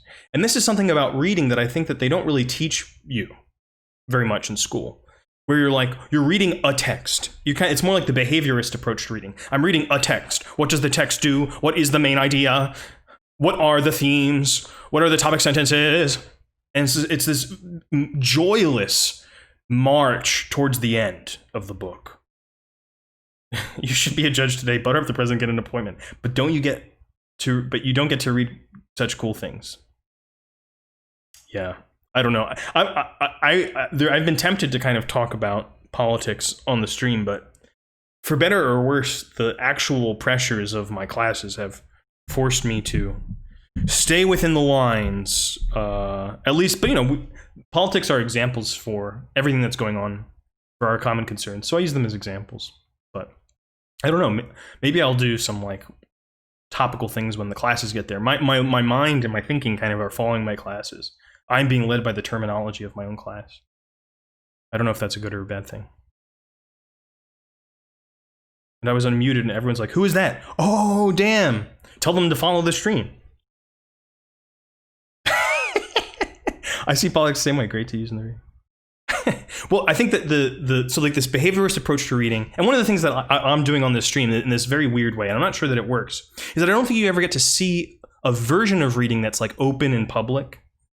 And I think that we get this reading of something that's like really private, and most of people's experience when you're reading in school is you read something, and then your teacher kind of quizzes you about something, and then you get it wrong, and you're like, oh, what the hell did I do wrong? Like, I did read it. Like, what was I supposed to be doing? And it's this mysterious kind of activity at the end of which you're kind of fearful because you're going to get it wrong. But Burke is totally the opposite. He's kind of anarchic in his way of reading. He's like, I'm reading one book totally unrelated to this other ancient text, and I'm trying to compare them. Why? Just because I want to. But that leads him to find new things, new ways to think, new ways to... But it just kind of begins with the faith that you can find things in reading that might not be what the author intended.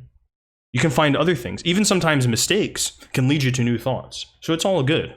So I don't know if that's what this stream does, but I run a sticker shop on Etsy. Oh, nice. You should drop that in the Discord. Maybe people would be interested in your art. Etsy's cool. I get a lot of stickers from my friend who's an artist. Maybe I'll put their Patreon. They do Patreon stuff, not Etsy, but yeah. Maybe I'll put that in the Discord too. Following was not explicitly worked out as an infantile response, although Augustine does refer to God as his leader.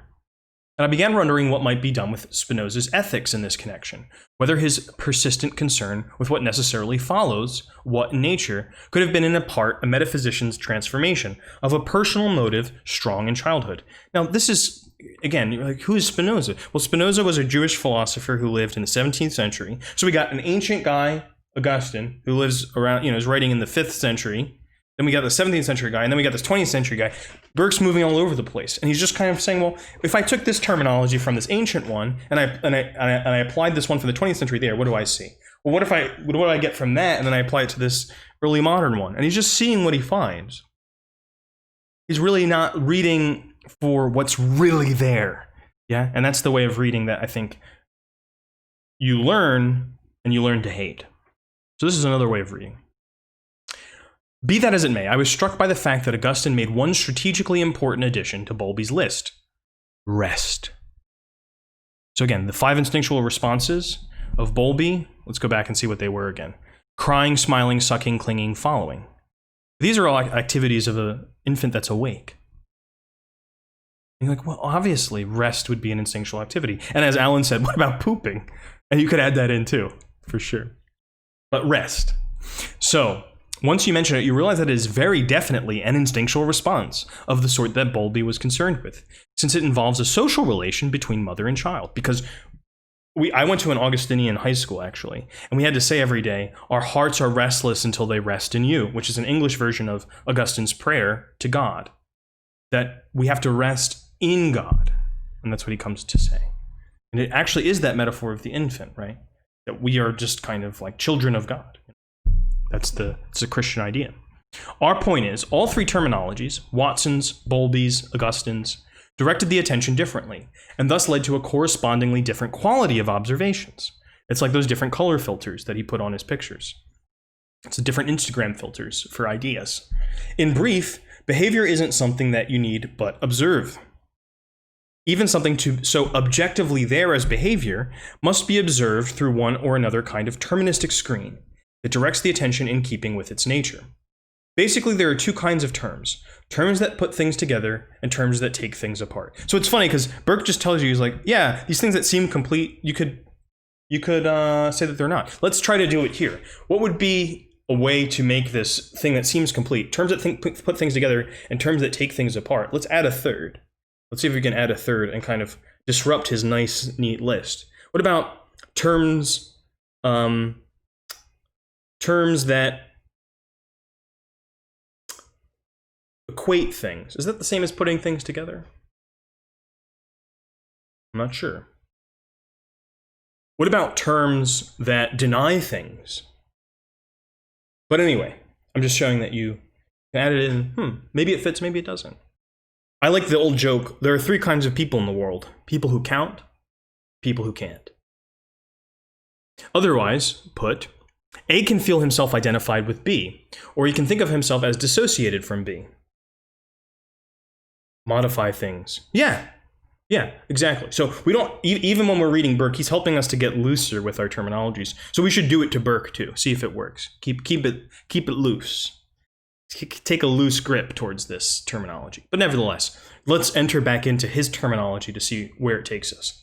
Carried into mathematics, some systems stress the principle of continuity, some the principle of discontinuity or particles, right? Wave-particle duality. Since all the laboratory instruments of measurement and observation are devices invented by the symbol-using man, they too necessarily give interpretations in terms of either continuity or discontinuity. Discrete or continuous mathematics. Which tools do you use? Mathematical tools do you use? What about the actual instruments do you use? Etc. Hence, physicists forever keep finding that some sub aspect of nature can be again subdivided. Whereupon it's only a question of time until they discover that some new cut emerges moments previously considered distinct, and so on. Probably the most recent big news in this was the discovery of the Higgs boson at the Large Hadron Collider. Keeps getting tinier. Knowing nothing much about, except the deterministic fact that any observation of a physicist must necessarily be stated within the resources and embarrassments of man-made terminologies, I would still dare risk the proposition that Socrates' basic point about dialectic will continue to prevail. Namely, there is composition and there is division. Are you with us or are you against us? Often this shows up as a distinction between terministic screens, positing differences of degree, and those based on differences of kind. For instance, Darwin sees only a difference of degree between man and other animals.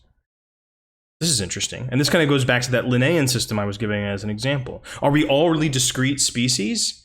Well, if you try to do that, and then it's like, well, where's the moment where one species becomes another? Where is the origin of the species?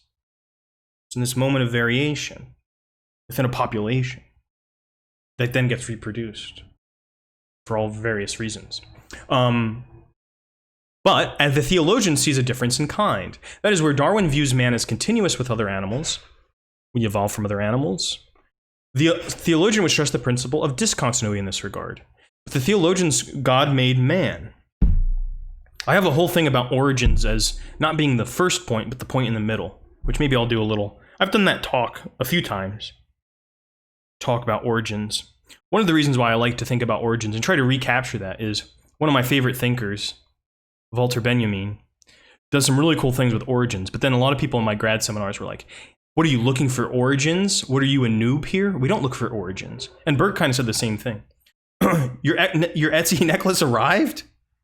I thought you were selling the stuff on Etsy. Maybe you're doing both ways. I wonder if, can you trade stuff on Etsy? Can I say, hey, I'll give you a necklace for your sticker? You probably still have to pay like a transaction fee or something. That would be cool if there was like a place you could trade stuff rather than just purchase things. I don't know. The logological screen finds itself in a peculiar position here. It holds that even on the purely secular level, Darwin overstated his case. Etsy oratory coming soon. Yeah, they're like little tiny speeches. Strung together. Homemade. It holds that even on the purely secular level, Darwin overstated his case. That means that there's not perfect continuity between humans and animals. And as a consequence, in his stress upon the principle of continuity between man and other animals, he unduly slighted the evidence for discontinuity here. Well, there are lots of ways that we're different. For he assumed the principle of discontinuity between man and other animals was necessarily identical with a theological view of man. Such need not be the case at all. Darwin says astonishing little about man's special aptitudes as a symbol user. Now, there's a really interesting book that Darwin wrote about the emotions of in man and animal. And there are a few comments in that book where he does seem to kind of suggest something about the distinctiveness of the human symbol using being.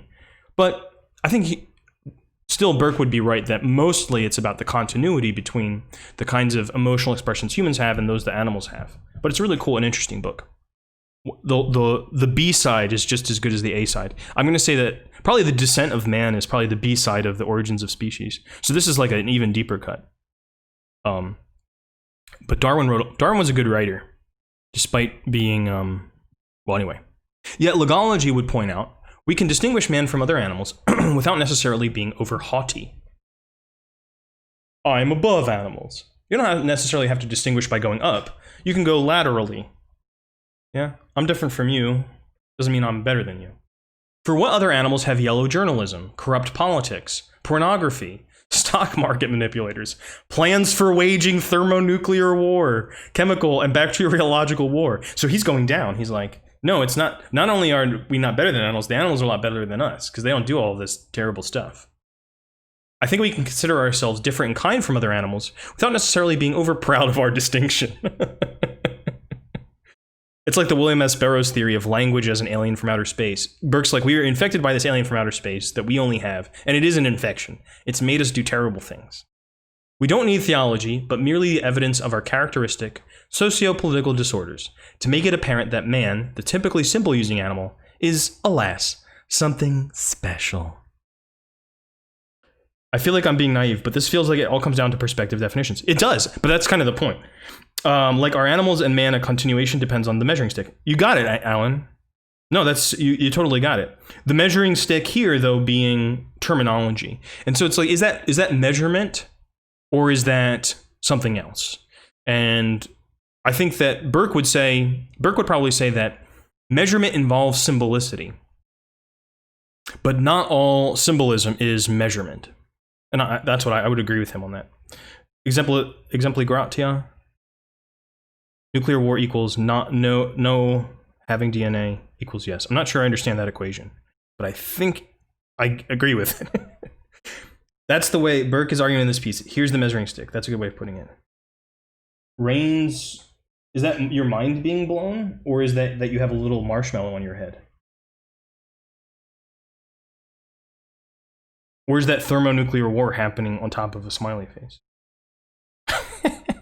Further examples. Burke has the best headings. Section 3 was named examples. Section 4 was named further examples.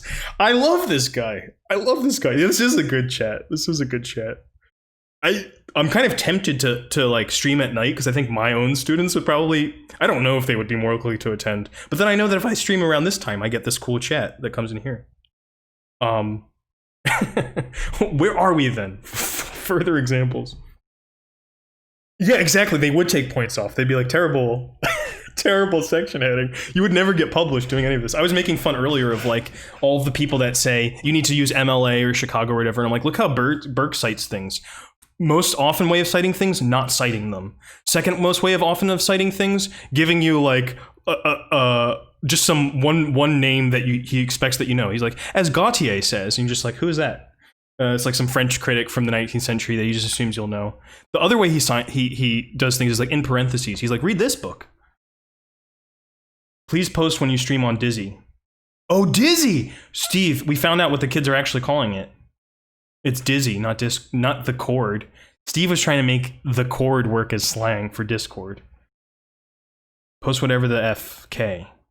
I am thinking about blogging eventually, but I don't know. I have this very weird, this is like a deep personal thing about journals. My mom found my old journal from when I was 10, and she's giving it to my nephew because it's completely empty except for like 4 pages in which I'm like, how to write a story. I was always a pedant. I was always giving lectures. Even to myself in a dictionary. But I would never, it was hard for me because I get kind of obsessed with form. I mean, I was always the kid that also used to write really small on the page. It's called Dizzy or Disc. See, not the chord.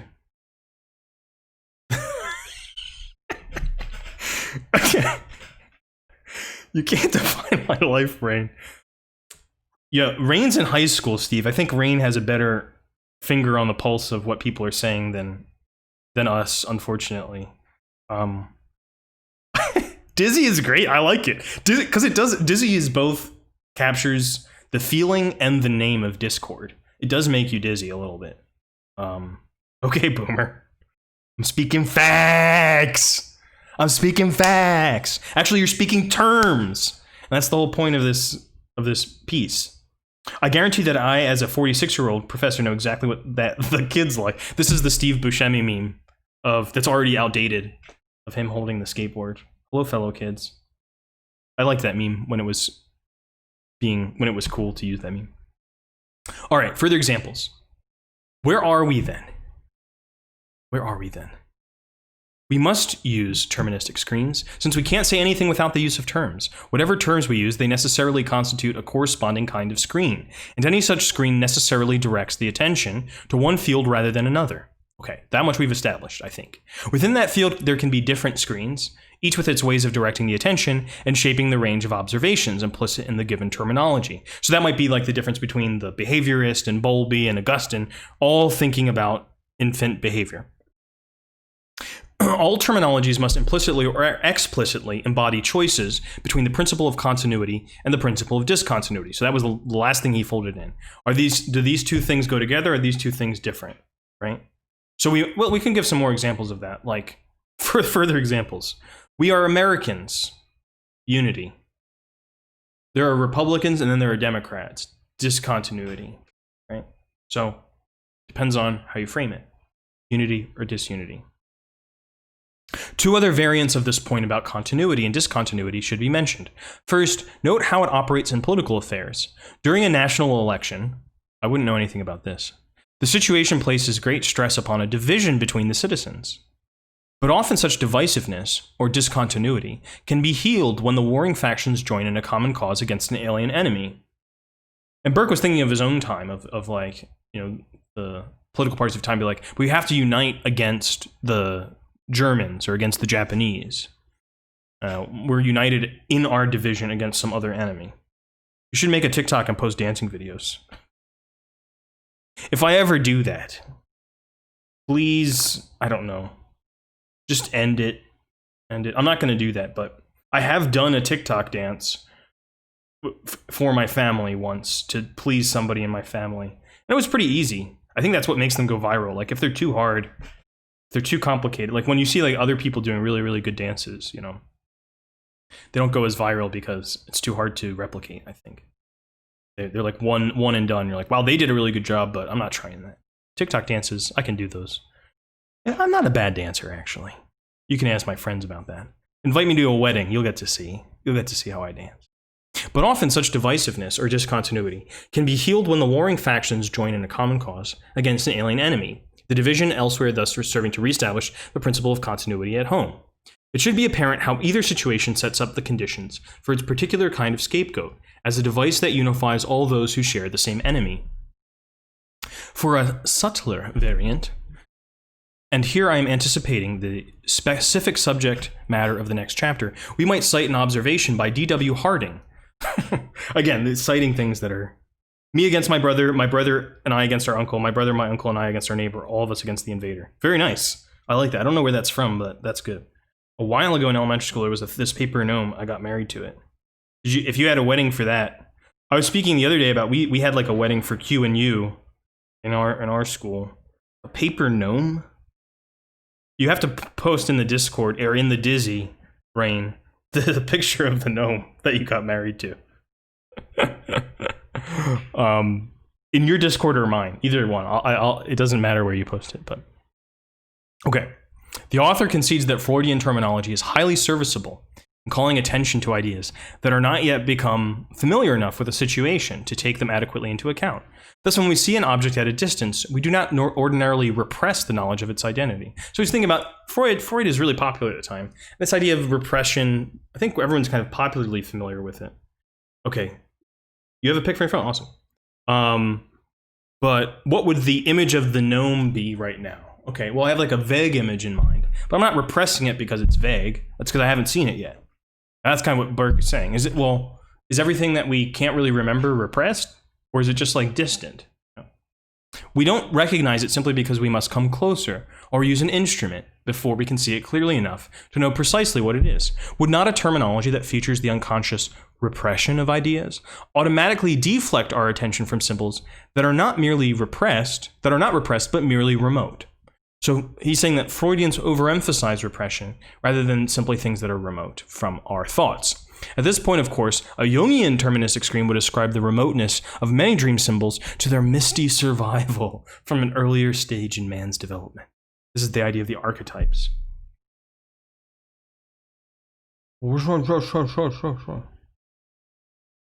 Wow. This is, I don't know what's going on with that. I think that Rain may be sad on her phone. Would not a terminology that features the unconscious repression of ideas automatically deflect this point? Oh, okay, we got this. One more point will end this part of our discussion. Recently, I read a paper in which one sociologist accused other sociologists of over-socializing their terms for the discussion of human motives. This is still happening. This kind of thing happens. I've been in this discussion. I literally have been in this discussion. The article, and this is how he cites things. The article, the over-socialized conception of man in modern sociology, which is funny just as a title. It just has a title by Dennis H. Wrong. Is that for real? I have to look that up. Dennis H. Wrong is a great name for this. The Black Speech from the Lord of the Rings. I don't know the Lord of the Rings too well. I tried reading the novel, The Fellowship of the Rings, as a kid, and it like should have been right up my alley. But all the goddamn names, all the fucking elf names, and stuff. It was like reading the Bible. It bored the hell out of me, and I kept restarting it, and then it was just more names to remember every time I forgot. Yeah, it was like this, just a bunch of runes. It's like what Rain's doing. Rain with the runes. Burke seems attracted to these strange titles and authors. Yeah, oh, definitely. He's not a bibliophile, he's a bibliopervert. He's like always looking for these weird things.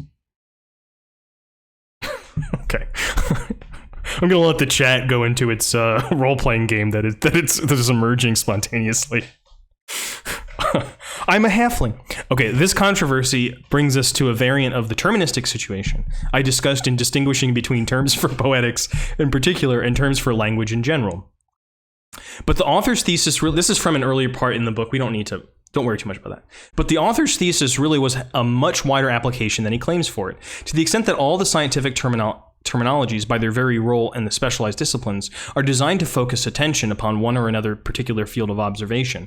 Would it not be adequate definition for the discussion of would it not be technically impossible for any such specialized terminology to supply an adequate definition for the discussion of man in general? Each might serve to throw light upon another aspect of human motives. A lot of times in my class, we'll play a game while I say we have to define human beings, and we see how many other things we can come up with, how many definitions we can come up with, and we judge them and we evaluate them, and it's a lot of fun. Usually, it's a really fun game to play.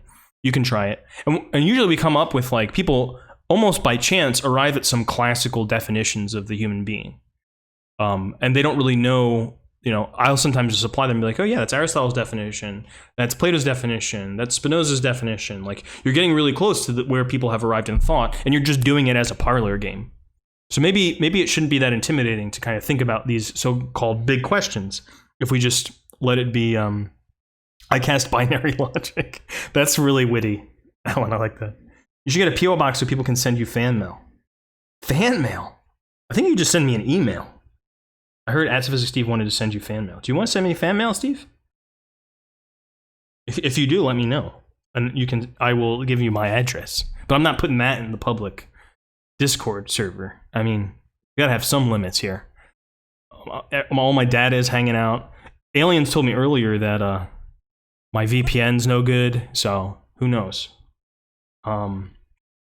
Each might serve to throw light upon one. Well, Steve sent me like all of the things that I know and I'm doing with my life. So I think if anything, I should send Steve something. Steve was my teacher and got me to do all this stuff in some weird way that he probably doesn't really fully understand himself. Each might serve to throw light upon one or another aspect of human motives, but the definition of man in general would be formally possible only to a philosophical terminology of motives. Insofar as philosophy is the proper field for thoughts on man in general. I think that's a nice definition of philosophy. Thoughts about man in general. You get specific, you kind of start to get out of philosophy. I'm going to be on a philosophy stream tonight. I'll also let people know about that, which is this really weird opportunity that I have with my philosopher friend. And the last stream they did was on rhetoric. And they were like, it was a bunch of philosophers trying to be like, why are we so bad at rhetoric? Which I thought was both amusing and something where I was like, oh yeah, but he asked me to be on it, so I'll be on there tonight. I'll let people know about that if they want to watch hours and hours of me gab away today. If they want to waste their time doing that, well then that's their own problem. Any definition of man in terms of specialized scientific nomenclatures would necessarily be over-socialized, or over-biologized, or over-psychologized, or over-physicized, or over-poetized, and so on, depending upon which specialized terministic screen was being stretched to cover not just its own special field, but a more comprehensive area. One way to talk about what Burke is saying here is that all terminologies are biased. A lot of my students will come into the class and say, when we talk about various problems, because we'll talk a lot about stereotypes, we'll talk about serious issues, and people will be like, we got to get rid of bias. And I often present this weird idea that bias isn't always bad. First of all, bias is ineradicable, and bias is necessary as a hermeneutics of any situation or of any text, anything you want to understand, you have to approach with a bias. And it's not by getting rid of bias that you come to fuller understanding of things. It's by understanding the assumptions of your biases and being able to, as much as you can, correct for those assumptions when necessary. Aliens isn't even here. Rain, you can't call on aliens. Aliens is like one of the other regulars here. But I also thought I was an alien growing up. I'm still not totally convinced that I'm not. What's the difference between bias and perspective? That's an amazing question. It's not a silly question at all.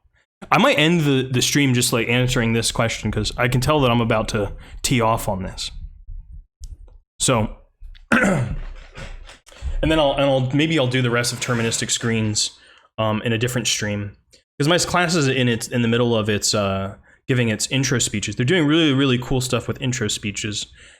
I made the assignment to like take I asked them to kind of, we did this whole thing about predicates. Take two parts of your personality that, if you just said them to people, would seem like they don't go together, and then find a story that kind of captures both of these together about yourself. And people are coming up with some amazing things. They gave really good intros. So I still have more of those to listen to. So we're not going to have a discussion about these yet. So I have some time. We can go slowly. I'll say one other thing about going slowly. The humanist motto. Oh, I will. I do say it on the Discord. I usually put it in the piazza, but I'll let you know. Rain, I might try to even automate doing that, but thanks for coming. Yeah, maybe I'll just kind of end here and well, not end here, I'm going to answer the question, but stop reading, at least, before, because I want to avoid mere relativism? I do, actually, but we'll get to the relativism part on another stream. So, Alan's question about what's the difference between bias and perspective. On the one hand, we have to think about the history of the term perspective. So let's go, we have this etymology dictionary pulled up. Let's type in perspective. Let's see where it takes us. I kind of know where it's going to take us, but I'm going to pretend I'm surprised. Okay, so late 14th century, perspective, the science of optics. A little surprising, maybe. Old French perspective, and directly from medieval Latin, perspectiva ars, the science of optics. From the feminine of perspectivus, of sight, optical. From Latin perspectus, clearly perceived. So something that's clearly perceived is perspectus. Per in Latin means like through, but when it's a prefix, it often kind of is intensifier. So we still have the idea of like spectacles, things that you see. So perspectus, something that's thoroughly perceived, clearly perceived. All right, so all of that good Latin stuff, let's skip to here. The English word is also attested from early 15th century as an adjective pertaining to the science of optics. So how do we get to that from that to where we are now? The sense of the art of drawing solid objects on a flat surface so as to give the appearance of distance or depth is attested by 1590s, probably by influence of Italian prospettiva, an artist's term. This is a term used by artists. The big person on this was Alberti. Alberti was the guy who wrote the treatise on how to make paintings or drawings in perspective and all the mathematical and artistic ideas of that. The thing that he wrote on painting, the little treatise he wrote, is a really cool and interesting historical thing to read if you want to read about it. And it's kind of surprising. He says like a weird thing. He says, for instance, when he's making a metaphor about what painting is like, he's like, painters are like Narcissus. Because you think about perspective, you think perspective is all about getting it the illusion of perfect reality. But the actual metaphor that Alberti gives is Narcissus. And the Narcissus myth, there's different versions of it. But in one, Narcissus like looks in the water, right? And he sees his own reflection. And this is what we get from the Freudian idea of narcissism. It's being someone who's in love, who is kind of has their sexual libido becomes attached to their image of themselves. Okay, that's Freud has a whole big and weird paper on narcissism. It tends to kind of have filtered down just to mean someone who's kind of like self-involved, but Freud meant a whole much broader and more interesting thing by narcissism. But in the Alberti's idea of narcissism, the Narcissus misrecognizes his reflection as another person, which is why when he tries to go kiss it, he drowns. So it's a moment of misrecognition of reflection. And it's interesting to think about that in relationship to Burke's idea of terms as both reflecting, selecting, and deflecting part of reality. Even the reflection can be misleading, can it? Or not misleading, but lead us in a way to think about reality in a way that's maybe not what really is. What would that be? So perspective comes from this. He goes on to say, the meaning proper or just proportion, appropriate relation in the mind of the parts of a subject to one another is recorded around 1600. Hence the figurative meaning, mental outlook over time. So in a lot of these paintings, because the theory of perspective developed by the Italian Renaissance was very different from what had come before in European painting and arts and what was in other cultures, because there were all other theories of how to do illusions of various kinds. It really required that you stand in one spot, because there was this plane of vision that was going to come out right from a mathematical point that had no distance. And that was kind of where you were going to be. So the subject, the painting actually tells you where to stand. The painting has the perspective, and you have to stand there in order to see it properly. And you can see this really brilliantly done in a painting called The Ambassadors by Hans Holbein, because he does something called anamorphosis, where he has two different perspectives in the painting. You see these two ambassadors that kind of got their drip on. They're like, look, there's a lot going on in the painting. But then there's this weird smear across the front of it, which if you stand at the right point, and I went to the National Gallery in London and tried to do this, and it was a little different than what I had imagined, like where you would have to stand, and people still argue about it. But if you stand at a certain angle, you can kind of see a skull emerge. But then you go back to the other perspective. So perspective might be, as opposed to bias, or what's related to perspective and bias, is that it's a certain kind of skewed line. That's literally what bias means, right? Bias is a kind of skewed line of like where you have to stand. I would say that the difference, one difference we could play with is the perspective, the correct perspective on a painting is the painting is the perspective the painting gives you. So the object kind of contains an idea about how you should perceive it. Whereas a bias is kind of your approach to the thing. That would be the difference I would make. That's a little bit playful, and maybe it was a little long-winded, but that's the difference that I would make between perspective and bias. And so thinking about, well, what's the kind of correct subject position for this text, for this situation? What ought I to do? I think that's a good thing to understand. You want to understand where you're supposed to stand. But I don't think that means that you have to obey that. When I went to a museum with an art professor, I said, what's the way, if you were going to tell someone how to experience art in a museum, with that, they don't know everything that you know, how could they experience it better? And he said, move a lot. Move around the art as much as you can. You will have a better experience.